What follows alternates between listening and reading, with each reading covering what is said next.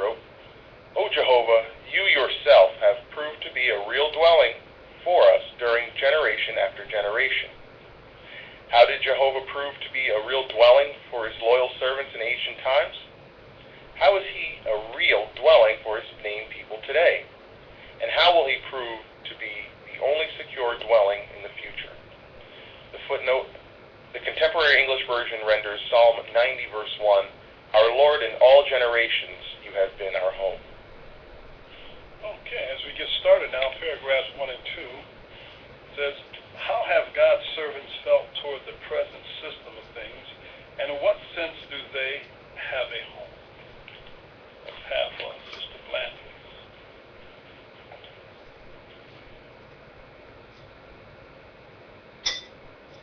They felt like strangers or aliens in this system of things.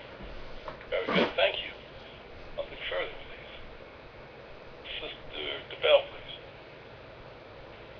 And it mentions how they really were just temporary residents. They knew that this was not really where Jehovah wanted them to be or what he wanted them to do, especially when we think of Abraham wandering around and different ones that were not really in their permanent home, but they were just wandering and doing what Jehovah asked them to do. Very good, thank you. Brother Terry. It's just like it's two things. You say the world is a world of darkness.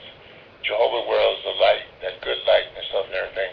Just like Jesus said, that he's no part of the world. We are no part of the world. So why should we live in darkness? Nobody wants to stay in the dark all the time.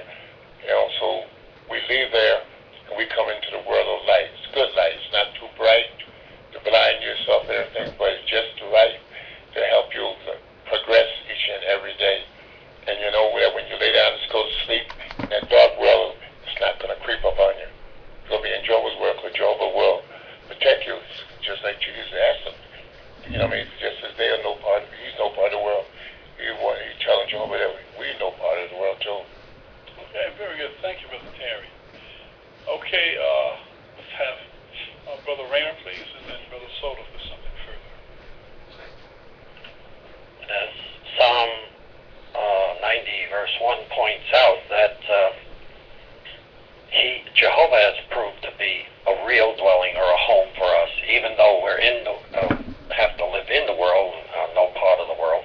He will take care of us. And so Philippians 3:20 says, as for us, our citizenship exists in the heavens. That's the government we're under. Yes, very good. Thank you. Brother Soto.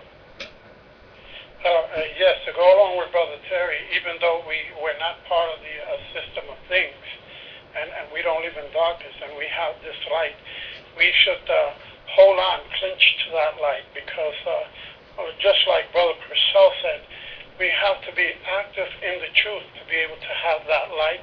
And also, when we read, we have to meditate on what we read. And even though if we have to read it again and meditate on it again, the thing is to clinch onto that light, because Jesus is the light of the world. Okay, thank you.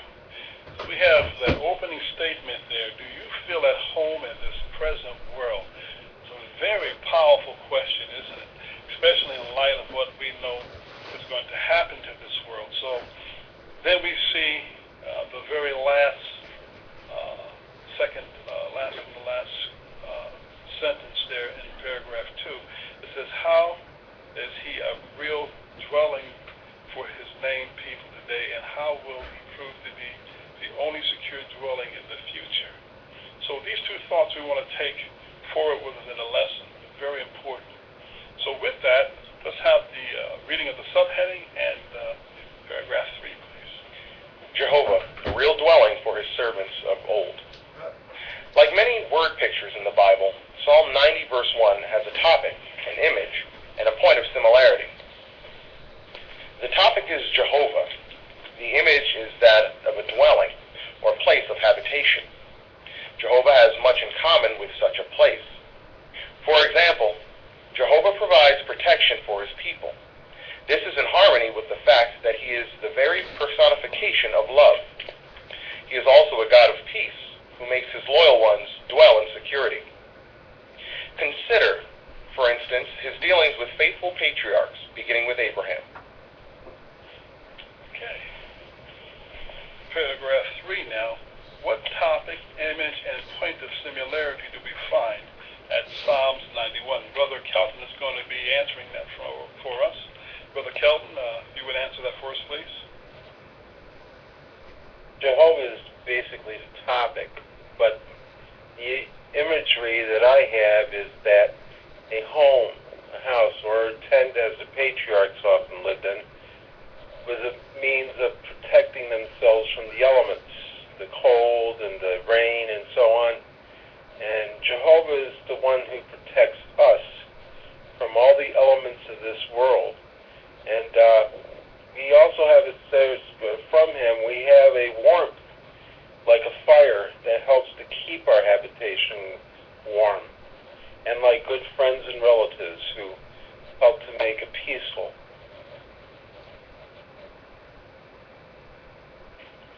Something further.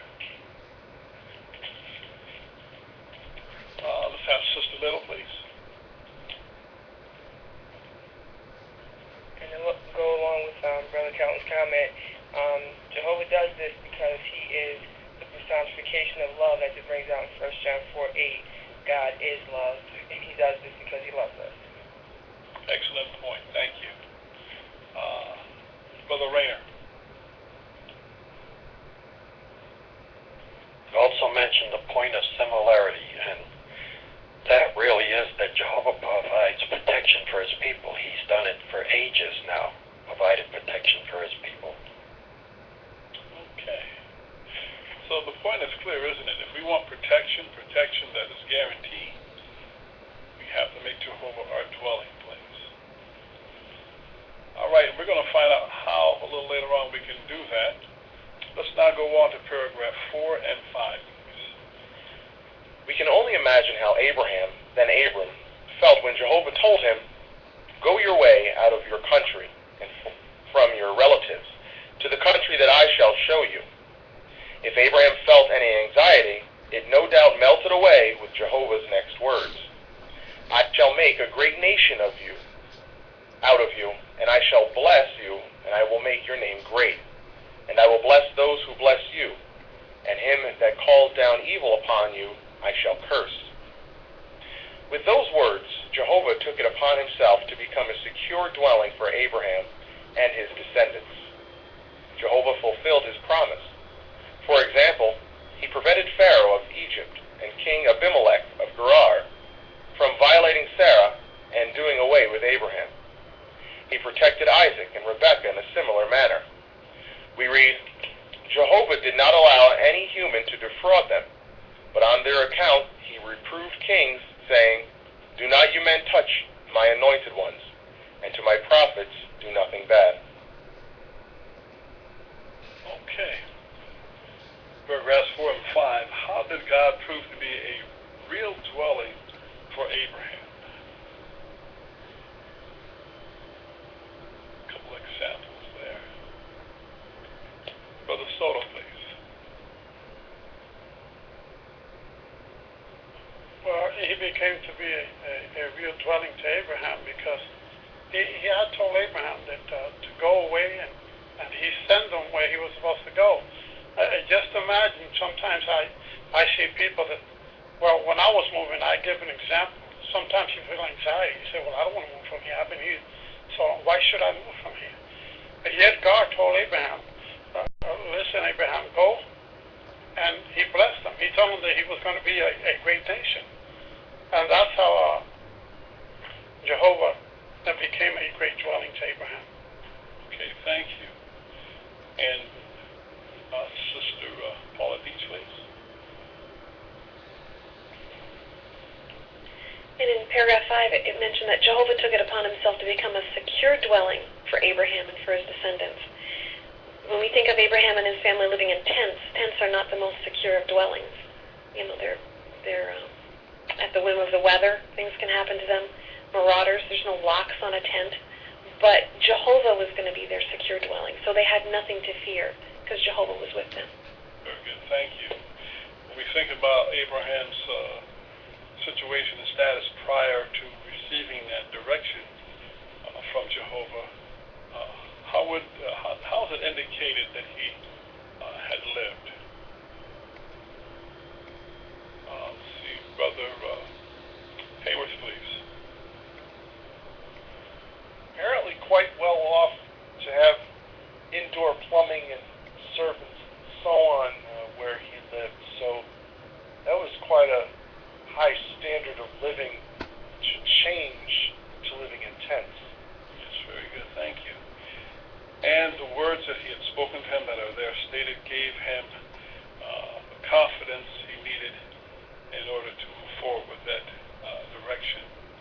God had laid upon him.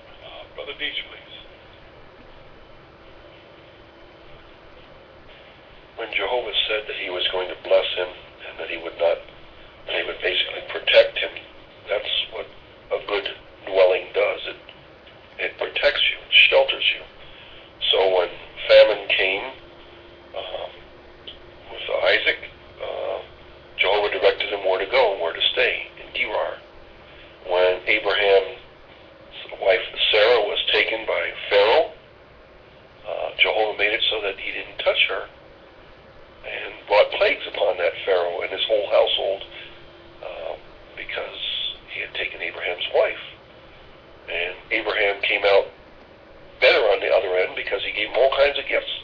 And the same thing happened with Isaac and Rebekah, at least twice there. So in these cases, Jehovah was a secure dwelling for them. He protected them and sheltered them and kept them from harm. Very good, thank you. Okay, needing to go forward now, let's have the reading of paragraph 6. The prophets included Abraham's grandson, Jacob. When the time came for Jacob to take a wife for himself, Isaac, his father, said to him, "You must not take a wife from the daughters of Canaan. Get up, go to Padan Aram, to the house of Bethuel, the father of your mother, and from there take yourself a wife from the daughters of Laban." Jacob promptly obeyed Isaac. Jacob left the security of his immediate family, who were living in Canaan, to travel evidently alone hundreds of miles to the area of Haran. Perhaps he wondered, how long will I be away? Will my uncle warmly welcome me and grant me a God-fearing wife? If Jacob had such anxieties, these no doubt melted away when he reached Luz, some 60 miles from Beersheba. What happened at Luz? Okay, paragraph 6. What did Isaac tell Jacob to do, and how may Jacob have felt? Let's have Brother Kelton.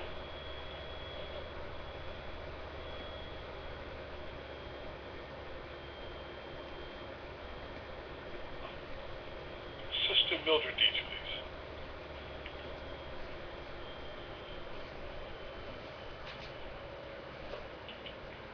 Jehovah told Abraham that when Jacob was ready of marriageable age, why he should not take any one of the women from the surrounding area, that he should go to the father of his mother, which was quite a distance away, and take a wife from those relatives. So he left, and he had to travel a long way by himself, and he probably thought much about it. How long is this going to take? He probably had never been there before, I don't know. But anyway, he was willing to be obedient, and when he got there, he was given 2 wives, actually, Leah and Rachel. Very good, thank you. So, with this instruction, it wasn't an easy thing for him to follow through. And so, certainly it helps us to appreciate that given instruction from Jehovah at times may not be the easiest thing to do, but always proves to be the most beneficial, doesn't it? Brother Allen, please. And that's the one thing that I appreciated about this particular incident here with Isaac. He could have said, there's beautiful women right here in Canaan. Why do I have to go all the way over there? And see, by doing that, he would have taken himself out of that secure dwelling place. But because of his obedience, he stayed in that secure dwelling, and it turned out well for him. And so our obedience is a major key as to whether or not we remain in or get out of that secure dwelling. Very good, thank you. Brother Terry, please. think along the same way that Brother Allen was thinking. Now, Jehovah's tell them the right way to go, not to take a woman there. And then, on the other side, in that dark world, that's Satan. He's throwing his best bad ladies at him and stuff and everything. And I can just imagine he had a long way to go and looking, there's one that's Satan went, hello, big boy, how you doing? But nope, he didn't listen. No matter, no matter how hard he tried, Satan was trying just as hard to get him to violate what Jehovah wanted to do. Right? And that's the way it is in the world for us. And the brothers know, are we going to stay with Jehovah Witness and stuff? Are we going to do the right thing? Or we go out in that dark world? It's not easy. Believe me, just like they said, it's like Satan, especially for those that came out of the world. Right? He wants us to go back. Right? He don't want us to stay here and stuff and everything, man. Look, those people are boring. Look at you. You want to be with them. Look at all the good times you've had. But they're not good times. So I'm pretty sure he had Satan saying, here's one here, here's one there, the whole time. But trust me, he didn't have no car to drive hundreds of miles. He had to walk probably around to do it. And he just kept on doing it. He kept on doing it. And there's no way the Bible, I don't think it said where he stumbled and fell. And then had to start all over again on that trip. He just kept going and going until he got to where he was directed to go to.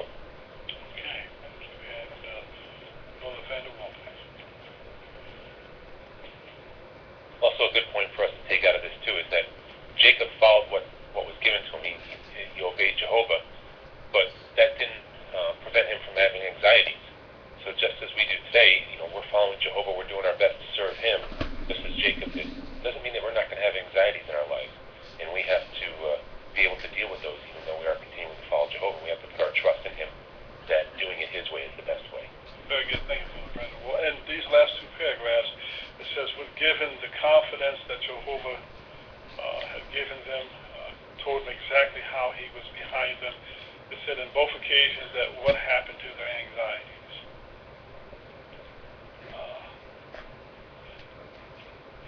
Sister Gentry, please. They melted away.